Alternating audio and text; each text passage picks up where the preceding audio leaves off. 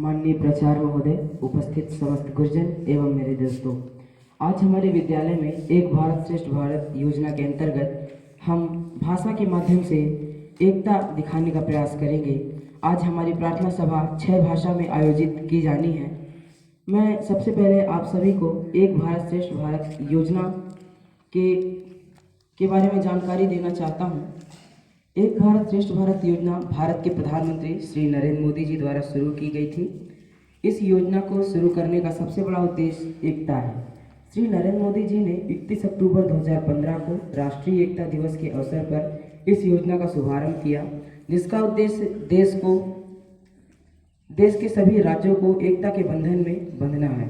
इस योजना का उद्देश्य सभी राज्यों को उनकी संस्कृति, भाषा एवं इतिहास के साथ जोड़ना है।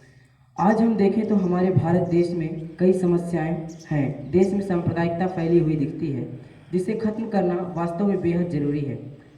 प्रधानमंत्री श्री नरेंद्र मोदी जी के द्वारा शुरू की गई एक भारत श्रेष्ठ भारत वास्तव में सांप्रदायिकता को खत्म करेगी और देश को एक सूत्र में बांधकर देश के विकास में सहायक सिद्ध होगी। तो आज की जो सबसे पहले प्रतिज्ञा होनी है वो हिंदी भाषा में की जाएगी। तो मैं थोड़ा सा आपको हिंदी भाषा के बारे में भी बताना चाहूँगा। दोस्तों, हिंदी हमारे देश की राष्ट्रभाषा है जिस पर हमें गर्व होना चाहिए कि हम हिंदी भाषी हैं।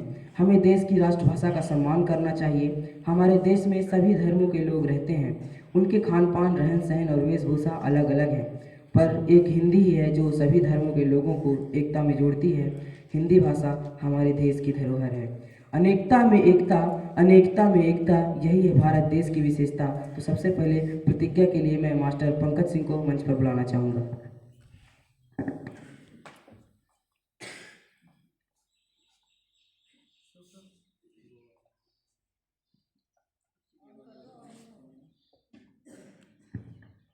सुप्रभात। प्रतिज्ञा से थी प्रतिज्ञा। भारत हमारा देश है, हम सब भारतवासी भाई बहन हैं।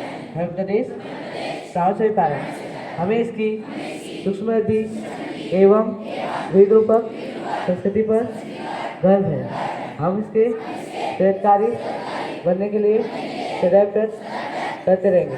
हम अपने माता पिता, शिक्षकों एवं समाज बड़ों का आदर करेंगे और प्रत्येक के साथ शिक्षा का व्यवहार करेंगे।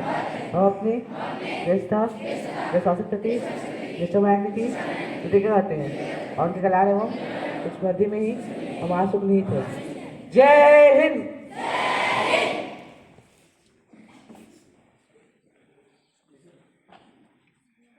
School standards. कार्यक्रम की अगली कड़ी में जो आज का सुविचार होना है वो उड़िया भाषा में होगा। तो उड़िया भाषा के बारे में मैं थोड़ा सा बताना चाहूँगा। भाषात्मक दृष्टि से उड़िया में आर्य, द्रविड़ और मुंडारी भाषाओं के सम्मिश्रित रूपों का पता चलता है, किंतु आज की उड़िया भाषा का मुख्य आधार भारतीय आर्य भाषा है। साथ ही साथ इसमें संथाली, मुंडारी, सबरी आदि मुंडारी धर्म की भाषाओं के और आरव, कुई, तेलुगु आदि द्रविड़ वर्ग की भाषा के लक्षण भी पाए जाते हैं। उड़िया भारतीय भाषा परिवार के पूर्व समूह से संबंध रखता है। इसकी उत्पत्ति अर्धमागधी प्राकृत से हुई है और यहाँ की एक जानी मानी मंदिर है जो जगन्नाथपुरी, हमारे भारत देश की बहुत ही प्रसिद्ध मंदिर है। उड़िया भाषा में सुविचार बोलने के लिए मैं बुलाना चाहूँगा मंच पर मास्टर पीयूष नंद को।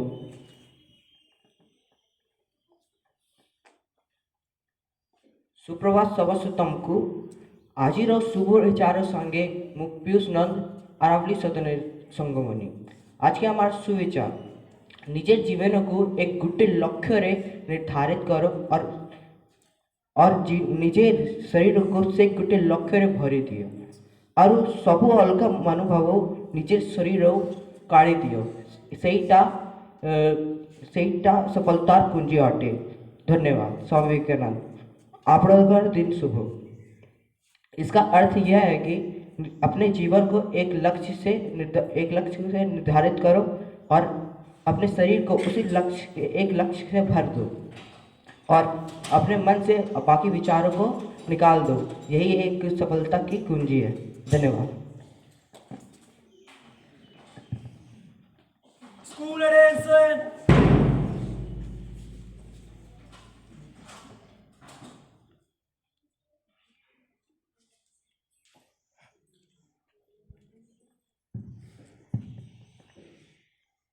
School standards. अगली कड़ी में जो आज की कविता प्रस्तुत होनी है वो कन्नड़ भाषा में होगी। मैं आपको कन्नड़ भाषा के बारे में थोड़ा सा बता देता हूँ। कन्नड़ भारत के कर्नाटक राज्य में बोली जाने वाली भाषा तथा कर्नाटक की राज्य भाषा है। यह भाषा भी उन 22 भाषाओं में से एक है जो भारतीय संविधान की 8वीं अनुसूची में सम्मिलित हैं। यह भारत की सबसे अधिक प्रयोग की जाने वाली भाषाओं में से एक है। 4.50 करोड़ लोग कन्नड़ भाषा का प्रयोग करते हैं। भारत सरकार ने कन्नड़ को भी भारत की एक शास्त्रीय भाषा घोषित किया है। न तेरा न मेरा न इसका न उसका, न तेरा न मेरा न इसका न उसका, ये वतन है सबका, ये वतन है सबका। पोएम के लिए बुलाना चाहूँगा मैम मास्टर आकाश को।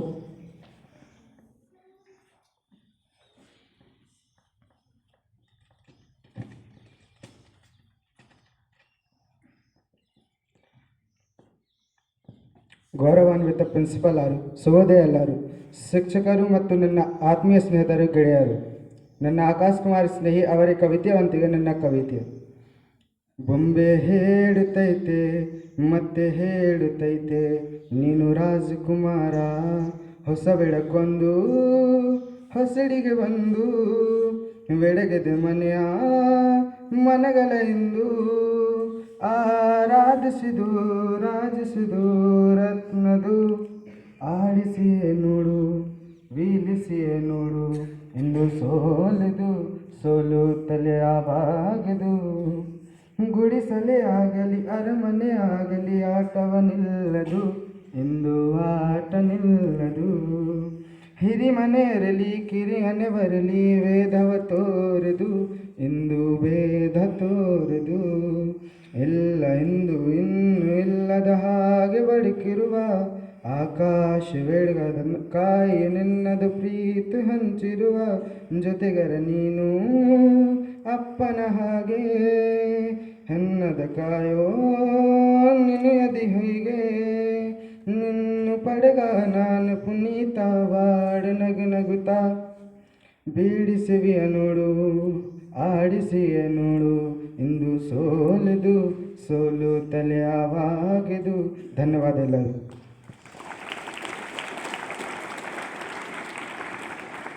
इसके पश्चात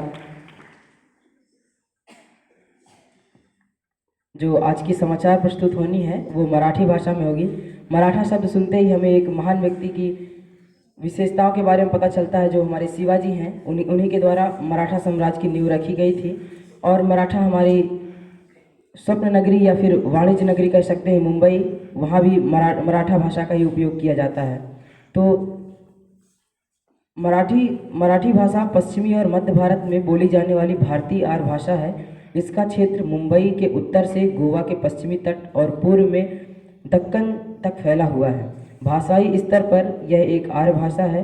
इसका विकास संस्कृत से अपभ्रंश तक सफ़र पूरा होने के बाद आरंभ हुआ। मराठी भाषा ही हमारी जो प्रमुख भाषाओं में से एक है। तो आज की जो समाचार प्रस्तुत करने के लिए मैं बुलाना चाहूँगा मास्टर धर्मेश को।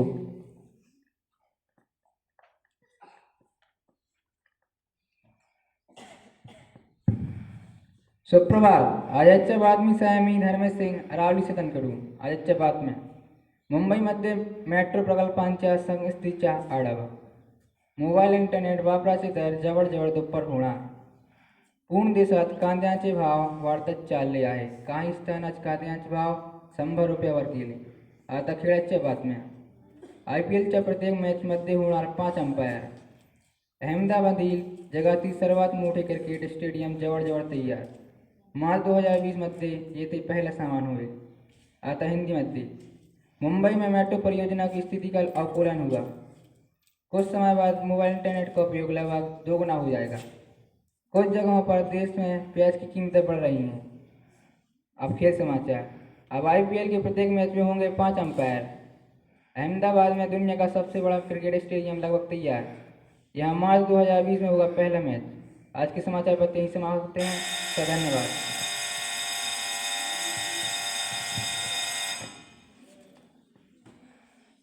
आज की जो प्रश्नोत्तरी प्रस्तुत होनी है वो इंग्लिश भाषा में है। इंग्लिश के बारे में तो आप सभी को पता ही होगा आज इसका विकास कितना हो रहा है और इसके जिससे ये भाषा नहीं बनती है वो कितना पिछड़ रहे हैं। तो मैं इंग्लिश में प्रश्नोत्तरी के लिए बुलाना चाहूँगा मास्टर दक्ष को।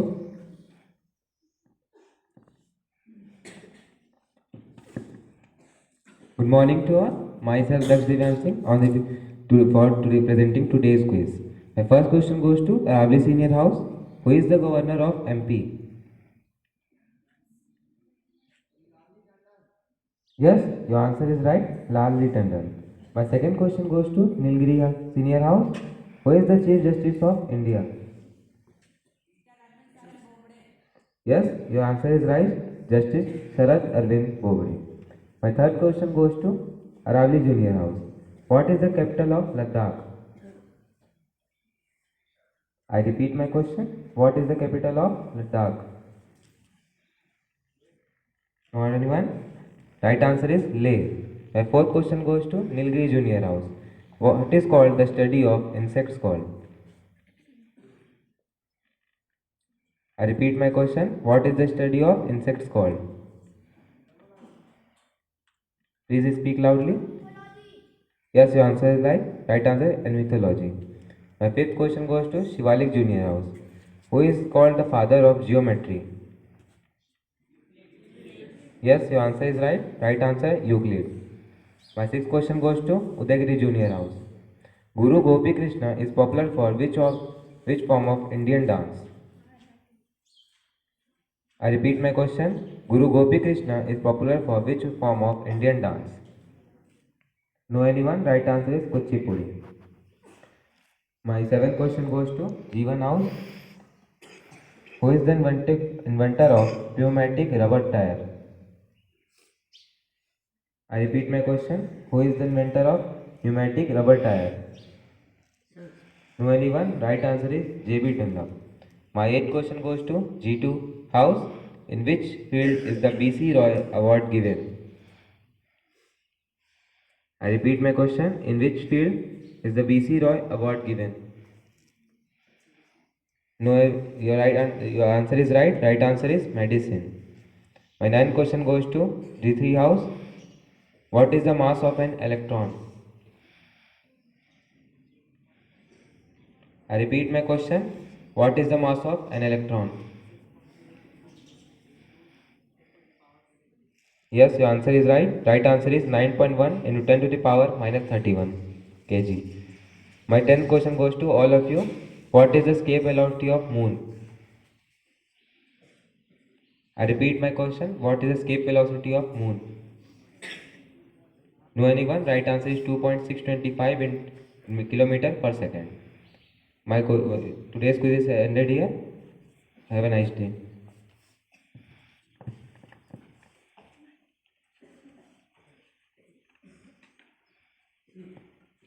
आज की जो कम्युनिटी सॉन्ग प्रस्तुत होनी है वो बांग्ला में होगी। हमारे स्कूल के तृतीय भाषा के रूप में जिस भाषा का चयन किया गया है वो ही बांग्ला भाषा है। जिस भाषा में कविता लिख के विश्व कवि रविन्द्रनाथ ठाकुर नोबेल प्राइज प्राप्त किए थे। इन्होंने भारत देश के सर्वप्रथम नोबेल प्राइज पाने वाले व्यक्ति थे।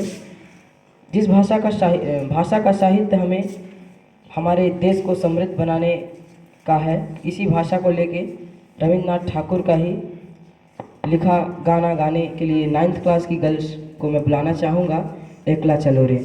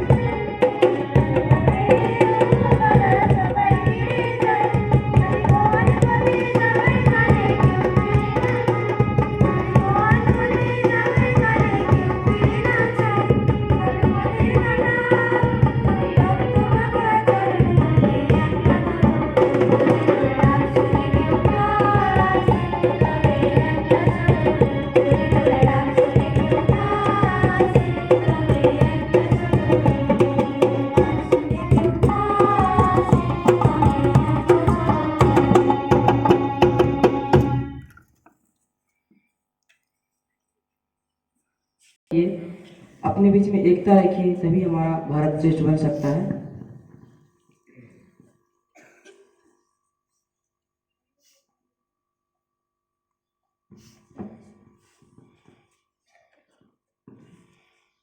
कल हमारे विद्यालय में CBSE स्टोरी टेलिंग कंपटीशन हुई थी मैथ में, तो इसमें